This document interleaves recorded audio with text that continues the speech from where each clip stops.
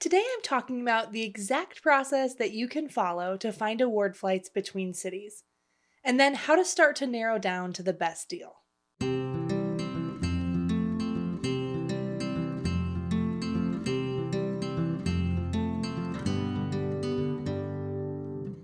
Welcome back to Points for Normal People. I'm Katie, and I believe travel isn't just for the rich. I'm here to share easy to follow tips to help you supercharge your travel points so that you can pay for entire vacations every year. Season 3 is starting off all about booking domestic flights with points. But as I mentioned last week, most of the same principles will apply to international flights as well. As we go through this season, I'm going to also try to add a lot of videos to my course and possibly YouTube as well, to show examples of using this process to find specific flights. A lot of people have told me they learn best with these very specific examples, and I want to show more of those. If you want to be sure you don't miss those videos as I add them, be sure to sign up for my newsletter, because I'll always post new links to videos in there. Today, I want to talk about the general process I follow pretty much every time I go to book a flight. As we go through this season and I talk about specific sweet spots, I'll share even more details that are relevant to those. But the general process, the beginning of that process, is largely the same. And the very first place I usually start when I'm thinking about flights anywhere, or when someone asks me to help them, is to go to flightconnections.com. I just use the free version, I don't use the paid version. What I like about this site is that it shows nonstop routes between destinations. You can also filter by airline. This can be really helpful for trip planning in a few different ways. Let's say you have a Southwest Companion Pass. You can go on and look for all the nonstop Southwest routes from your home airport. And that might give you some ideas of places that you want to go visit. I personally am highly invested in booking nonstop flights. I plan so many trips around where we can go nonstop. It's why our family goes to Cancun a lot. There are a lot of nonstops from Chicago to Cancun. We've also been to Jamaica and the DR a few times because, you guessed it, there are nonstops from Chicago. We have not been to the Bahamas or Aruba because there aren't Southwest nonstops from Chicago. Now, sometimes we suck it up and fly connecting flights, but I have to really want to go somewhere to do that. I broke my own rule to always book a nonstop flight for our flights to Hawaii this year. When this episode airs, we'll be a few days away from heading to Maui. And there is one nonstop a day from Chicago to Maui, and it's on United. But it cost a bajillion points on the day we wanted to go, and we didn't have flexibility due to spring break. Since we couldn't be flexible with our dates, we had to be flexible with our routing, which meant taking a connecting flight on Southwest. We'll be fine. We get to check out 2 new airport lounges in Las Vegas and Phoenix. But the reason the step of going to flightconnections.com is really important is not just because nonstop flights are inherently better. It's because knowing the nonstop flights from your airport is going to help you determine which sweet spots to look into first. Last episode, I mentioned that what's overwhelming about using points for flights is that there are so many decisions and so many options. But once you know your routes, you can immediately focus in on certain parts of a search. Now, it's not always possible to book every flight that's out there with points. Just because a flight exists doesn't mean it's always possible or practical to book it with all your points. But it's still good to know what your best possible routes are. Flight Connections also is a helpful tool because you might see, oh, I can fly nonstop on a Sunday but not on a Tuesday. So that might help inform which days you're trying to find flights. Again, first step is just going to Flight Connections, entering in your home airport and where you want to go, and seeing what you see. It's pretty accurate, but it's not 100% accurate like any tool. I was just on there looking for the nonstops from Chicago to Honolulu to research an article, and I happen to know, because I saw an American Airlines press release, that they are restarting nonstop service on that route. But Flight Connections wasn't showing that route as a nonstop option yet. If you're at a smaller airport, you might not have many nonstop routes. But that's okay because you'll still be able to see which airline hubs your airport can easily get you to. And you might be occasionally surprised by a nonstop route that you didn't know about. So after I go to Flight Connections, and make a note of the nonstop routes or other option routings that interest me, I go to Google Flights. Now, Google Flights is for searching cash fares, not award flights. But I think it's really important to gauge the cash prices for your flights. If you're just searching on one specific day, you don't really know about the fluctuations yet, but I think it's at least worth putting in your departure and arrival cities, and then clicking through the calendar, even beyond your specific dates, to just get a feel for pricing. Cash prices are, of course, volatile, and fare sales are somewhat unpredictable, but also common. And with Google Flights, you could even start tracking cash prices for the route you're looking at, in case prices go way down. It's important to have a gauge of flight prices in cash, because there are many times when you can use fewer points and also take advantage of these cash rates, even sales. But if you don't check them, you can't compare. Google Flights also allows you to filter for nonstop routes, so it's a good way, a secondary way to confirm that you aren't missing any nonstop routes. And if you're really flexible, you can go to the Explore tab at the top of the Google Flights page and search for whole regions and very flexible dates. So I went in for an example and searched Chicago to California for all of July. Then I filtered it down just to nonstops. And this told me that there are prices to San Francisco for $197 round trip and Los Angeles for $178 round trip. But if I wanted to fly to San Diego, the cheapest price was $471. Now, when I actually click on those flights, it showed me that the $178 round trip is on Frontier, and maybe I don't want to fly Frontier. But again, I think it's good to have a gauge to compare. We'll even spend an episode talking about ways to save or make your experience better when you book on budget airlines like Frontier or Allegiant. Before we get into next steps on award searches, I need to address some outdated advice I often see repeated. One of those pieces of outdated advice is that you need to book a year in advance to get the best prices. This is generally not true for domestic flights anymore. This is true for some international routes. But the reason it isn't true for US domestic flights is that, as I explained last episode, all of the US airlines use dynamic pricing for award flights. That means they don't automatically open a flight schedule a year in advance and earmark a select number of seats, like 5 seats, that can be booked with points. It used to work like that, but it doesn't for domestic flights really anymore. Instead, the airlines are trying to maximize their revenue both for cash and award flights. This means that deals will pop up throughout the year. Now, the earlier you search, the better chance you have of snagging a deal. And that's because you're giving yourself more time to search and find a deal.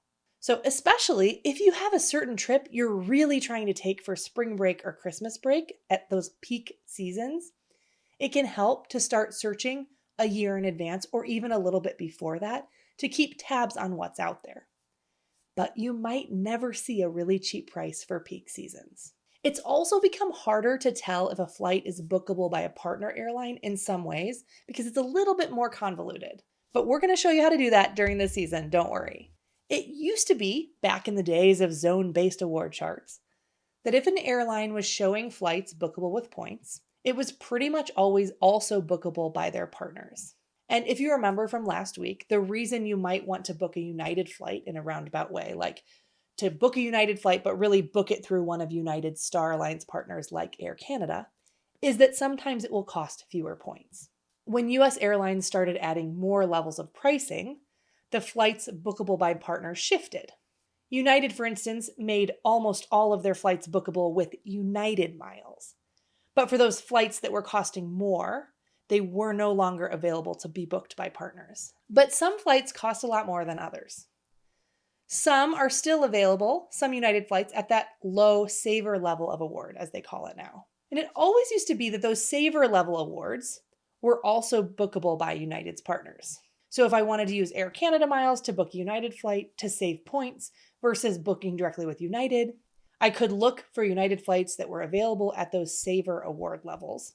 And then I could use that information and book instead on Aeroplan Air Canada.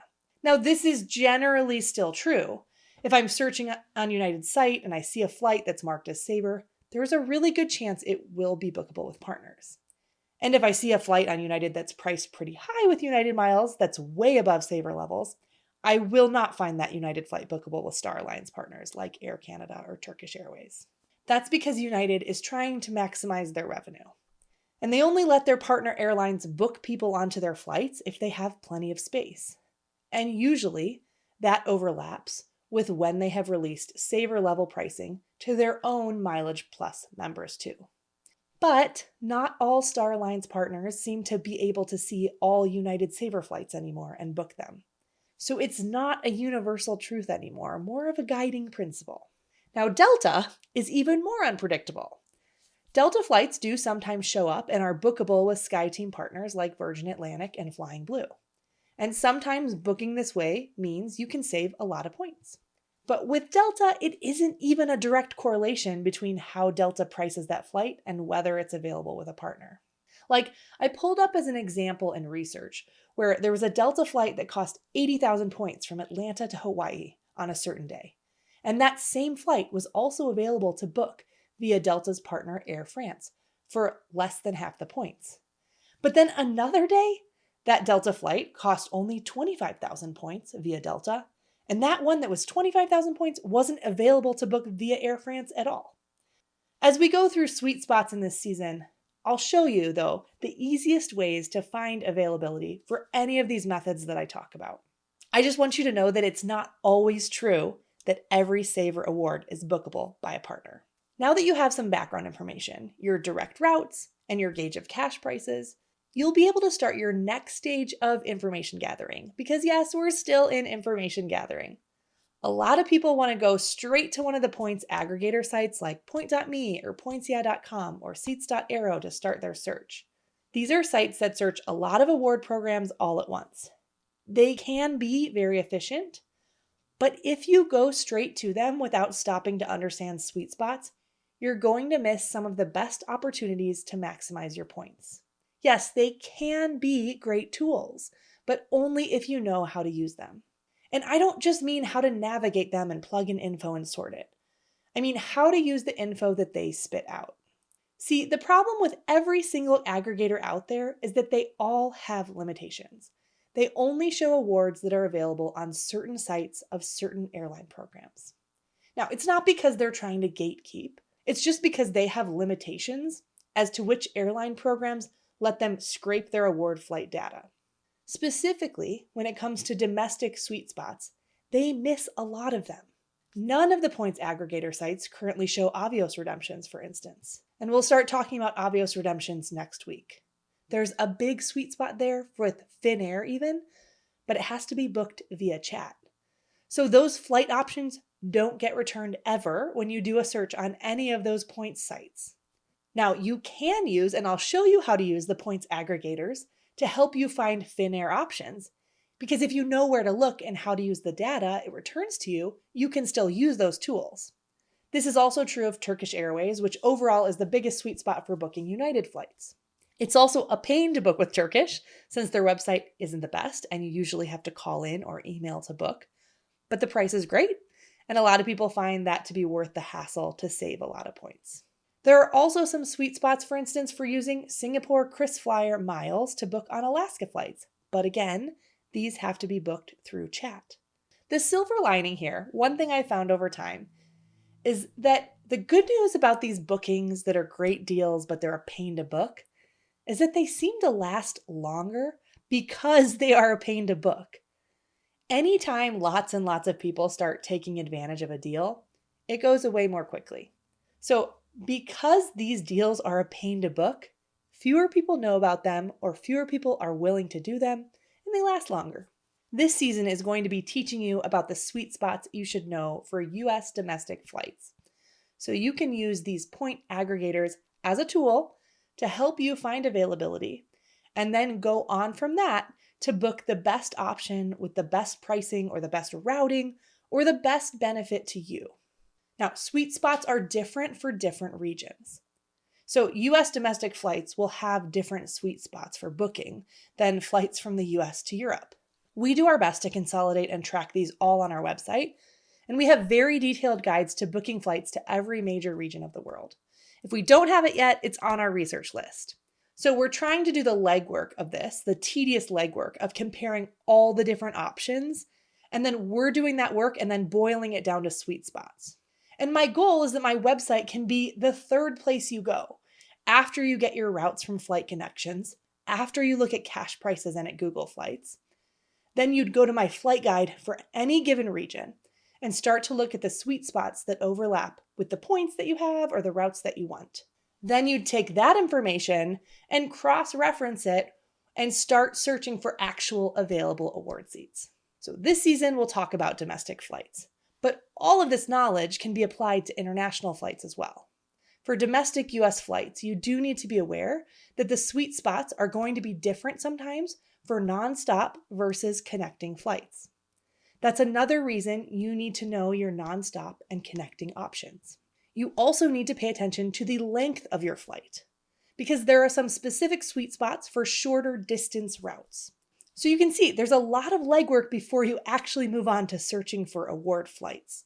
You need to check your routing options through flight connections. You need to look at Google Flights to gauge cash prices and see common connecting routes. You need to look at if you have multiple options for different airlines. You need to pay attention to the length of your flight. You also need to know what points you have available to you. Then you'll need to take stock of sweet spots. Usually there will be a few that come to the top that will be somewhat obvious with all the information that you've gathered. And again, throughout the season, I'll go through each of these domestic US sweet spots. And by the end of the season, we'll also have a flowchart published to help you walk through the process of picking a sweet spot strategy for domestic flights. So after you've done all that legwork, that's when you're going to actually start physically searching for flights. And the good news is if you've done all that legwork, the actual searching becomes a lot easier. I want to end by talking a little bit about mindset, specifically when it comes to award flight deals. There is no perfect deal. But a lot of people in the points world end up overemphasizing certain ways to value a deal. That's usually by calculating cents per point. And people like to brag about the cost of their plane ticket in points versus what that exact flight would have cost in cash. But this really isn't a fair or helpful comparison most of the time. You'll see as we go through these sweet spots that there are pros and cons to every method. That's why you have to know yourself and you have to know what you value. Your goal might be to go to a specific place on a specific date. So your measure might just be comparing the cost in points and how many points do you use with different methods and what's the way to use the least points. Or your goal might be to search with flexible dates and find any time you can go to this specific place, but you really want a nonstop flight. Then that's your measure of success. You might find it more important to have flexible cancellation policies. So you might choose to pay more in points to do that. You might not care about destination, but are flexible and want the cheapest random route. And there are ways that you can use tools to find cheap flights that you can book with your points. The point is that once again, I don't think cents per point is a very helpful metric.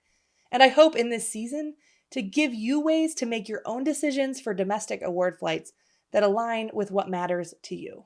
If you're eager to start practicing, I'd encourage you to do a test run of the first part of this process for a route that you might want to fly someday.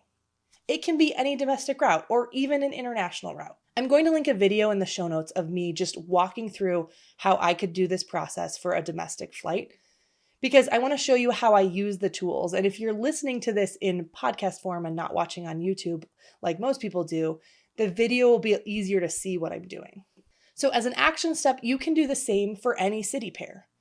Go to Flight Connections and find the nonstop routes. Go to Google Flights to gauge cash prices. On Google Flights, you should also look at connecting flights and double check nonstop routes in case you missed some. Make notes on what you find. Check the distance of your flight. Then save that information for when we delve into specific sweet spots this season.